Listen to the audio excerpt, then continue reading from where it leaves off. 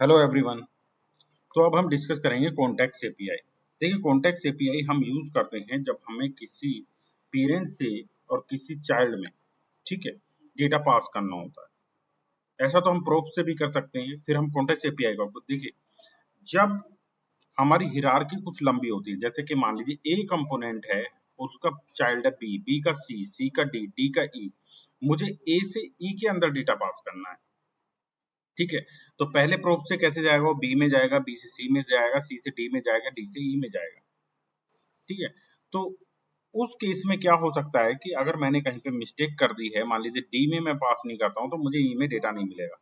यहाँ पे समझते हैं, एक कंपोनेंट मेरा ये है, एक कंपोनेंट मेरा ये है, एक कंपोनेंट देखिए एक दूसरे के चाइल्ड है। जैसे नीचे जा रहा हूँ वो उसका चाइल्ड है।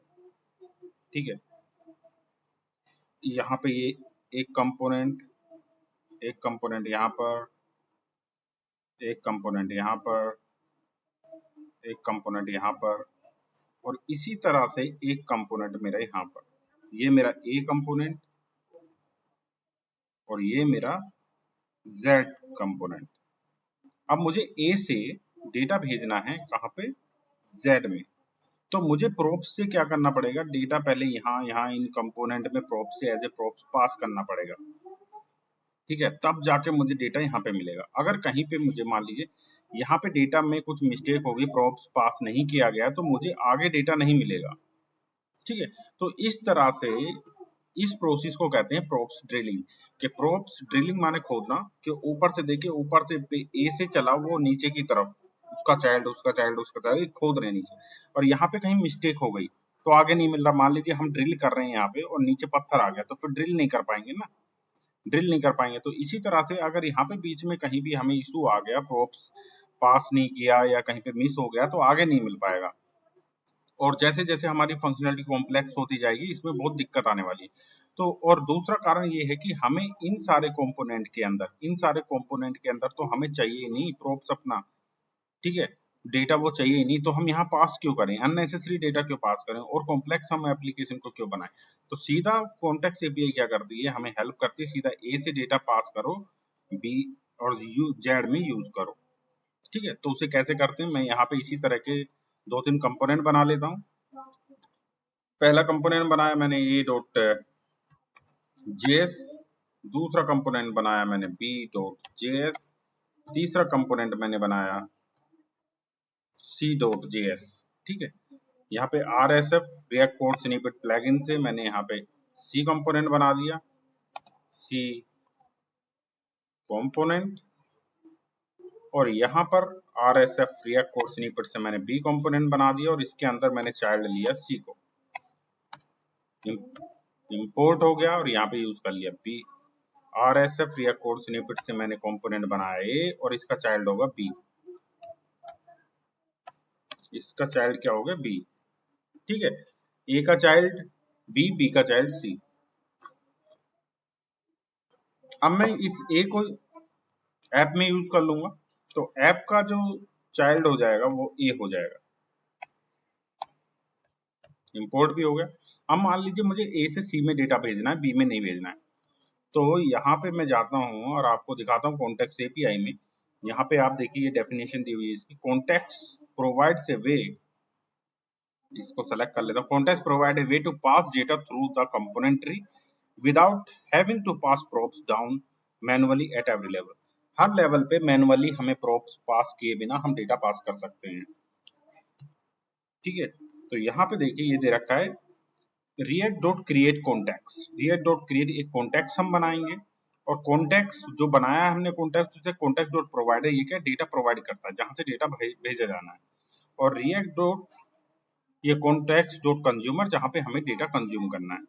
ठीक है, यही तीन हम यूज करेंगे। चलिए चलता हूं मैं और यहाँ पे बना लेता हूँ react dot create context. Create context, ये रिएक्ट हमारा यहाँ पे यूज हो रहा है, रिएक्ट लाइब्रेरी का, और यहाँ पे मैंने इसको नाम दे दिया कलर। मान लीजिए मुझे कलर पास करना है, कलर दे दिया। अब इसका पेरेंट, ये इसका पेरेंट बना देंगे। ठीक है, इसका हमने पेरेंट बना दिया कि इस हिरार्की में हमें भेजना है। तो इस तरह से ले लिया। तो जब हम डेटा भेज रहे थे उसके लिए मैंने क्या कहा था, जहां से भेजेंगे उसके कंज्यूमर यूज करेंगे। देखिए कंज्यूमर मैंने यूज कर दिया। क्या क्या डेटा भेज रहे हैं उसके लिए वैल्यू में हमें यहाँ डेटा देना होता है। मान लीजिए मैंने रेड, आप कोई ऑब्जेक्ट भेजना चाहें ऑब्जेक्ट भी भेज सकते हैं। यहाँ से मैंने रेड यूज कर लिया, ये हो गया रेड डेटा मेरा मिलना चाहिए। और यहाँ पे एक्सपोर्ट, देखिए मैंने यहाँ पे एक्सपोर्ट लिया है, और ये जो मेरा कलर था जो क्रिएट कॉन्टेक्स्ट था, ये मैंने यहाँ पे एक्सपोर्ट कर दिया। क्यों यहाँ से एक्सपोर्ट कर दूं, क्योंकि सेम मुझे कॉन्टेक्स्ट यूज करना है जहां पे मुझे डेटा रिसीव करना है। यहाँ पे आया, मैं इसको मैंने हटाया, और यहाँ पे ए टैग लिया, इसको भी हटा दे। देखिए ये ए जो कंपोनेंट था वो इंपोर्ट कर लिया, और यहाँ पे जब मैंने एक्सपोर्ट किया था तो कलर मुझे यहाँ भी मिल जाएगा, मिल गया। अब जब डेटा कहीं पे रिसीव करना है उसके लिए क्या यूज करना है, कंज्यूमर, ये कंज्यूमर यूज करना है। ठीक है, ये हो गया कंज्यूमर। जहां से डेटा भेज रहे हैं यहाँ पे कंज्यूमर नहीं, यहाँ पे प्रोवाइडर आएगा। प्रोवाइडर, जहां से डेटा भेज रहे हैं वहां पे प्रोवाइडर, और जहां पे हमें रिसीव करना है वहां कंज्यूमर। ठीक है, अब यहाँ के अंदर एक फंक्शन होगा इस तरह से, और रिटर्न करेंगे यहाँ पे कोई पैरामीटर, मान लीजिए कलर, मैंने कुछ भी ले सकते हैं, एक्स वाई जेड कुछ भी, मैंने कलर ले लिया, और यहाँ पे इस तरह से ये कलर यूज हो जाएगा। ठीक, तो चलिए चलते हैं, यहाँ पे रिफ्रेश किया मैंने, और ए यूज किया सी के अंदर। अभी कुछ रेस्पॉन्स नहीं दिख रहा है, मेरी सारी फाइल सेव हैं कि नहीं है, मुझे ये देखना पड़ेगा। ठीक है, चलो चेक करते हैं क्या दिक्कत है, क्यों शो नहीं हो रहा है। यहाँ से मैंने लिया कलर, एक कॉन्टेक्स्ट बनाया, कॉन्टेक्स्ट प्रोवाइडर, वैल्यू रेड दे दी मैंने इसकी। यहाँ पे बी के अंदर सी है कि हाँ चाइल्ड है सी इसका चाइल्ड है, तो यहाँ से मैंने कलर भेज दिया। प्रोवाइडर से वैल्यू चली गई, और वैल्यू यहाँ से मैंने ये कलर मिल गया, कलर से कंज्यूमर से इस तरह से कलर आया, और इस तरह से हमने यूज कर लिया। तो यहाँ पे बिल्कुल एक टैग देना पड़ता है। देखिए कोई भी एक टैग दें, या तो रिएक्ट फ्रेगमेंट हम यूज करें, यहाँ पे इस तरह से मैंने दिया। अब देखिए रेड आ गया, ये टैग मिस था, ये टैग देना होता है, या तो हम यहाँ पे रिएक्ट फ्रेगमेंट यूज करें अगर टैग नहीं देना है, तो ये मिल गया।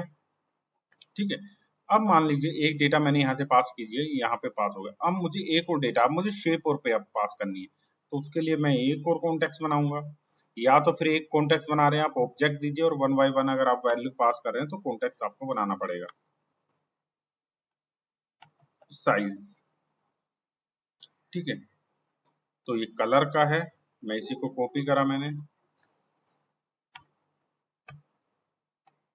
ठीक है, ये कलर हो गया। अब इस कलर को यहाँ पे मैं रिप्लेस कर दूंगा शेप से, हो गया रिप्लेस। और इस शेप को भी मुझे यहाँ से एक्सपोर्ट करना पड़ेगा, इस तरह से। शेप का नेम दे देता हूँ सर्किल। ठीक है, तो दो वैल्यू में पास कर रहा हूँ, एक कलर एक सर्किल। साइज मैंने दे दिया है इसका, लेकिन शेप होना था ये, कोई बात नहीं। साइज दे रहे हैं तो हम इसे 28 मीटर 30 दे लेते हैं। साइज दे रहे हैं तो शेप देना है तो शेप दे लीजिए। ठीक है, यहाँ पे मैं जाता हूँ यार, यहाँ पे मैं साइज ले लेता हूँ। साइज, देखिए मैं साइज लिख रहा हूँ और कंफ्यूज हो गया हूँ वहां पे। ठीक, तो इसी तरह से जो मेरा ये कोड है इसको कॉपी कर लूंगा, और मैं इसको यहाँ पे, देखिए यहाँ पे मैंने रिप्लेस किया है, यहाँ पे रिप्लेस कर दिया। पहला तो मेरा कलर है, दूसरा मुझे यहाँ पे लेना पड़ेगा साइज। साइज लिया, और यहाँ पे इस तरह से साइज पास कर दिया। साइज, और यहाँ पे ये जो कलर है इसको रिप्लेस करना पड़ेगा। हो गया रिप्लेस, देख रहे हैं, कलर के अंदर, कलर कंज्यूमर के अंदर साइज कंज्यूमर। ठीक, चलते हैं यूआई पे। देखिए रेड कलर आ रहा है और साइज आ रहा है 30। इस तरह से हम किसी भी एक कंपनी, मैंने बी में देखिए कुछ भी पास नहीं किया है, कुछ भी पास, सब एक काम ए और सी में हुआ। इसी तरह से हमें एक और डेटा भेजना है, मान लीजिए साइज था, और इस बार मुझे शेप भेजनी है तो शेप भी भेज देंगे हम, शेप। लेकिन क्या कॉम्प्लेक्सिटी, आपको देखिए इधर तो कोई कॉम्प्लेक्सिटी नहीं बढ़ रही है, कोई ज्यादा कॉम्प्लेक्स नहीं हो रहा है, सिर्फ टैग ऐड कर रहे हैं। यहाँ पे क्या आ रहा है, शेप, साइज, पहले कलर आया, कलर के अंदर साइज आया, साइज के अंदर शेप आया, और अब आया इस तरह से सर्किल। ठीक है, इस शेप को भी हम यहाँ पे पास करेंगे। इधर देखिए दूसरे कंज्यूमर एंड पे देखिए क्या कॉम्प्लेक्सिटी आ जाएगी,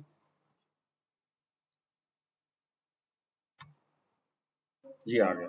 ठीक, अब मैंने इसको कॉपी किया कंज्यूमर पार्ट को, और मैंने यहाँ पे पेस्ट कर दिया पेस्ट। और जो मेरा यहाँ पे शेप था इसको कॉपी किया, और यहाँ पे साइज को शेप से रिप्लेस कर दिया, और इसको कर दिया मैंने शेप, और यहाँ पे अपनी शेप ले ली। ठीक है, अब चलते हैं। तो देखिए पहले कलर आ गया, फिर 30 साइज आ गया, फिर शेप आ गई, आ रहा है डेटा पास हो रहा है, मैंने 3 वेरिएबल पास कर दिए वहां से। लेकिन यहाँ पे अगर हम समझने लगे इस कोड को, जैसे जैसे हम डेटा, मान लीजिए हमने 10 वेरिएबल पास किए, तो कॉम्प्लेक्स होता जा रहा है। यही इसका यहाँ पे ड्रॉबैक है कि कंज्यूमर एंड पे ये कॉम्प्लेक्स होता चला जाता है। उसके लिए आपको कॉन्टेक्स्ट में यूज कॉन्टेक्स्ट को यूज करना चाहिए। काफी सिंपल है कंज्यूमर एंड पे। ये तो था कॉन्टेक्स्ट एपीआई हमारा, किस तरह से हम कॉन्टेक्स्ट बना सकते हैं, प्रोवाइडर और कंज्यूमर का यूज करके डेटा पास कर सकते हैं। यहाँ पे मैं ले जाता हूँ आपको, यहाँ पे देखिए यूज कॉन्टेक्ट हुक मैं आपको पहले ही बता चुका हूँ, इसको आप यूज कर सकते हैं। कॉन्टेक्ट एपीआई जो भी आपको इजी लगे वो आप यूज इजी कर सकते हैं। ठीक है, अगर आपको यूज कॉन्टेक्ट एपीआई का कॉन्सेप्ट समझ में आया है तो आप वीडियो को लाइक करें, चैनल को सब्सक्राइब करें, और मेरे चैनल को अपने फ्रेंड्स के साथ डिस्कस करें, उन्हें बताएं अगर आपको वीडियो अच्छी लग रही है, और उनके साथ शेयर करें। Thank you for watching.